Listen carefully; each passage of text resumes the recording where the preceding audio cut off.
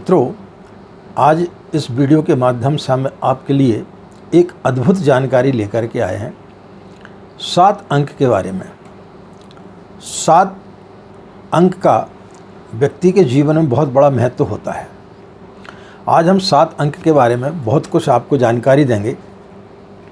प्रत्येक 7 वर्ष के पश्चात में व्यक्ति के जीवन में परिवर्तन आता है और 7 अंक के और क्या महत्व है वो हम आपके लिए बताएंगे।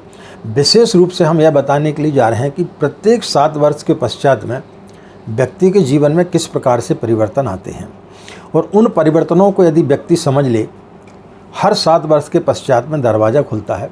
उस दरवाजे से यदि व्यक्ति अपने आप को संभाल ले तो निश्चित रूप से वो परमात्मा तक पहुंच सकता है। तो बहुत ही रोचक जानकारी है।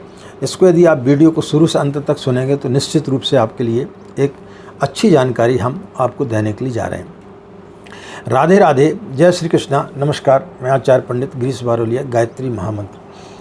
ओम भूर्भुवः स्वः तत्सवितुर्वरेण्यं भर्गो देवस्य धीमहि धियो यो नः प्रचोदयात्। अखण्डमण्डलाकारं व्याप्तं येन चराचरं तत्पदं दर्शितं येन तस्मै श्रीगुरवे नमः। तस्मै श्रीगुरवे नमः। मित्रों, 7 अंक के बारे में आज हम आपके लिए बहुत ही अद्भुत जानकारियां देने के लिए जा रहे हैं। लेकिन उसके पहले 7 अंक के बारे में आपको बताएं कि 7 अंक के बाकी और रहस्यों के बारे में हम आपको बताते। उसके पश्चात हम आपको बताएंगे कि मनुष्य के जीवन में हर प्रत्येक 7 वर्ष के पश्चात में किस प्रकार से परिवर्तन आता है, किस प्रकार से उसके जीवन में 2 राहें आते हैं। यदि उनको वो चुन ले तो निश्चित रूप से वो अपने जीवन को सार्थक बना सकता है। अंक ज्योतिष के हिसाब से यदि देखा जाए तो 7 अंक जो है वो केतु का होता है। केतु ज्योतिष शास्त्र के अनुसार मोक्ष का दाता है। तो 7 अंक जो है मोक्ष प्रदान करता है। 7 हमारे दिन होते हैं। व्यक्ति का जो जीवन है वो 7 दिन का ही होता है। 8वां दिन कोई व्यक्ति जीवित नहीं रहता। 7 दिन ही होते हैं। व्यक्ति की ज़िंदगी 7 दिन की होती है।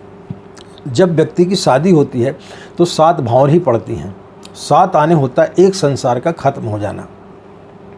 जब भगवान कृष्ण ने अर्जुन को गीता सुनाई तब 7 अध्याय लगे, यानी एक संसार खत्म हुआ। तब उसके अंदर वो दिव्य दृष्टि आई कि वो उन्हें परमात्मा के रूप में देख सका। लेकिन उन 7 एक संसार खत्म होने के बाद भी उसकी आंखों में इतना नहीं था कि वो ईश्वर को, भगवान कृष्ण को विराट रूप में देख सके। तब फिर 7 अध्याय और लगे, यानी एक संसार और खत्म हुआ। तो 7 का हमारे शास्त्रों में बहुत बड़ा उल्लेख है। सप्तऋषि हैं। इस्लाम में यदि देखा जाए तो 7 जमीन और 7 आसमान हैं। हिंदुओं में 7 ऋषि, जिन्हें हम सप्तऋषि बोलते हैं, 7 छंद, 7 योग, 7 भूत, 7 योग, 7 वायु, 7 द्वीप, 7 पाताल, 7 समुद्र, 7 पर्वत। तो इस प्रकार से 7 की चीज़ें बड़ी महत्व रखती हैं। अब हम आपको बताते हैं कि प्रत्येक 7 वर्ष के पश्चात में व्यक्ति के जीवन में किस प्रकार से परिवर्तन आता है। जब बच्चा पैदा होता है तो 7वें वर्ष जो है उसके जीवन में घटना घटती है। दरवाज़ा खुलता है। वो चाहे तो उस दरवाजे के बाहर जा सकता है या चाहे तो दरवाजे को बंद कर सकता है। जैसे ही बच्चा 7 वर्ष का होता है तो उसके अंदर सर्वप्रथम पहले अहंकार आता है। अहंकार का जन्म जो है बच्चे के 7वें वर्ष में होता है।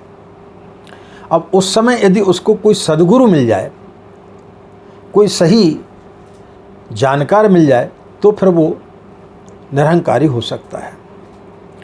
क्योंकि व्यक्ति के ज़िंदगी में सबसे पहला जो उसको भौतिक जगत दिखाता है वो है अहंकार। 7 साल के बच्चे को यदि आप बोलोगे कि ये कर लो तो वो आपको मना कर देगा। वो वही करेगा जो उसे करना है। यानी 7 साल की उम्र में बच्चा घोषणा कर देता है कि मैं इस जगत में आ चुका हूँ।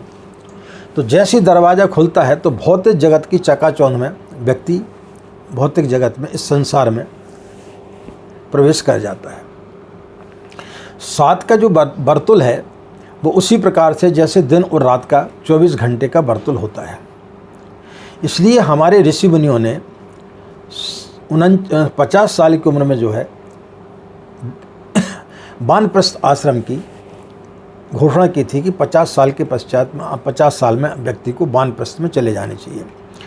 50 साल में कैसे, यानी 7 बार में जो है आपका यानी 49वें वर्ष में 7 का वर्तुल पूरा होता है।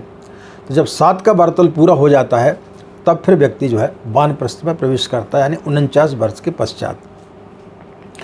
तो प्रत्येक 7 वर्ष के पश्चात में आपके जीवन में एक दरवाज़ा खुलता है।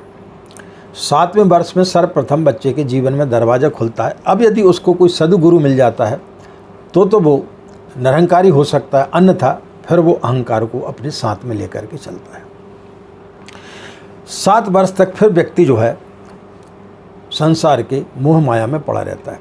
उसके पश्चात में फिर जब व्यक्ति 14 वर्ष का आता है तो 14 वर्ष में पुनः जो है दरवाज़ा खुलता है, लेकिन उस समय वासना व्यक्ति के अंदर प्रवेश करती है। 14 वर्ष की उम्र में व्यक्ति के अंदर वासना का प्रवेश होता है। उस समय यदि व्यक्ति उस दरवाजे को बंद कर ले और दूसरी दिशा में मुड़ जाए तो फिर वो वासना रहित हो सकता है, ब्रह्मचर्य का वो स्वाद ले सकता है। लेकिन हम भौतिक जगत में जो है वासना में प्रवेश कर जाते हैं।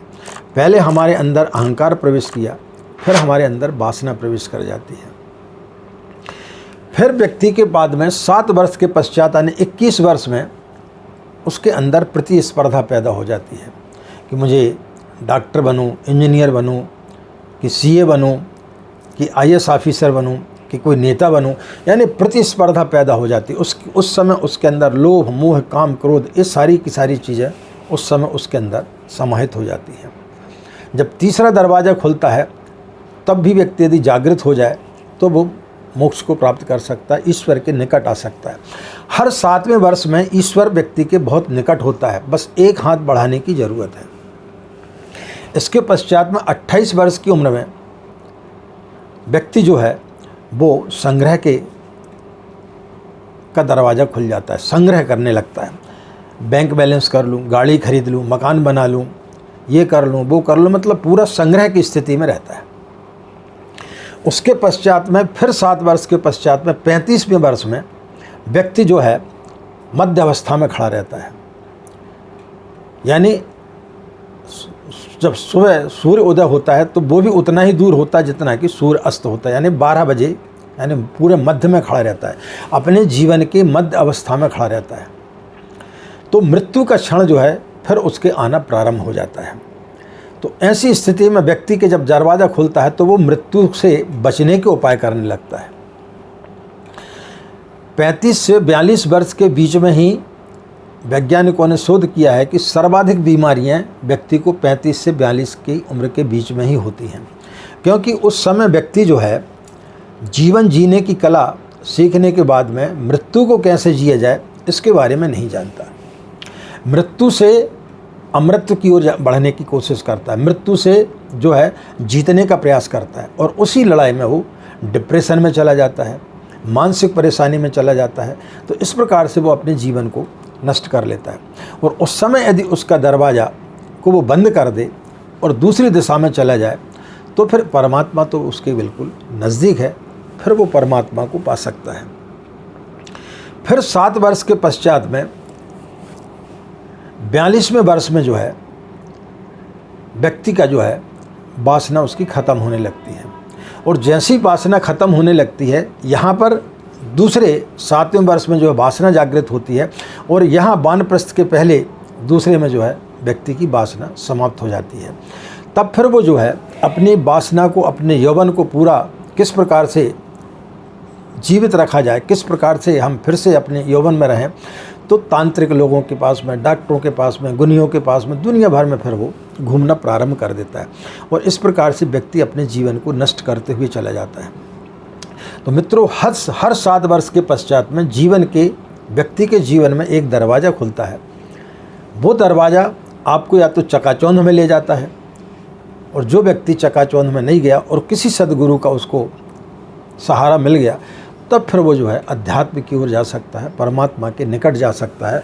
तो मित्रों, इन 7 वर्षों में जैसे ही हम 14 वर्ष में प्रवेश करते, 21 वर्ष में प्रवेश करते, 28 में प्रवेश करते, 35 में 42 में, तो उस समय व्यक्ति को जागृत होना चाहिए, उस समय व्यक्ति को होशपूर्ण रहना चाहिए।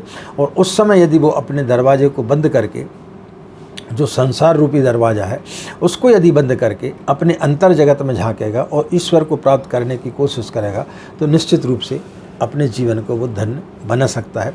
तो मित्रों, आज हमने आपको 7 अंक के रहस्य के बारे में बताया। निश्चित रूप से आपको यह जानकारी अच्छी लगी होगी, और यदि आपको यह जानकारी अच्छी लगी है तो कमेंट्स बॉक्स में ज़रूर लिखें कि यह जानकारी आपको कैसी लगी।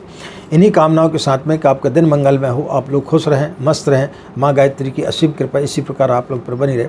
आज इतना ही, हमें आज्ञा दें। नमस्कार, ओम शांति।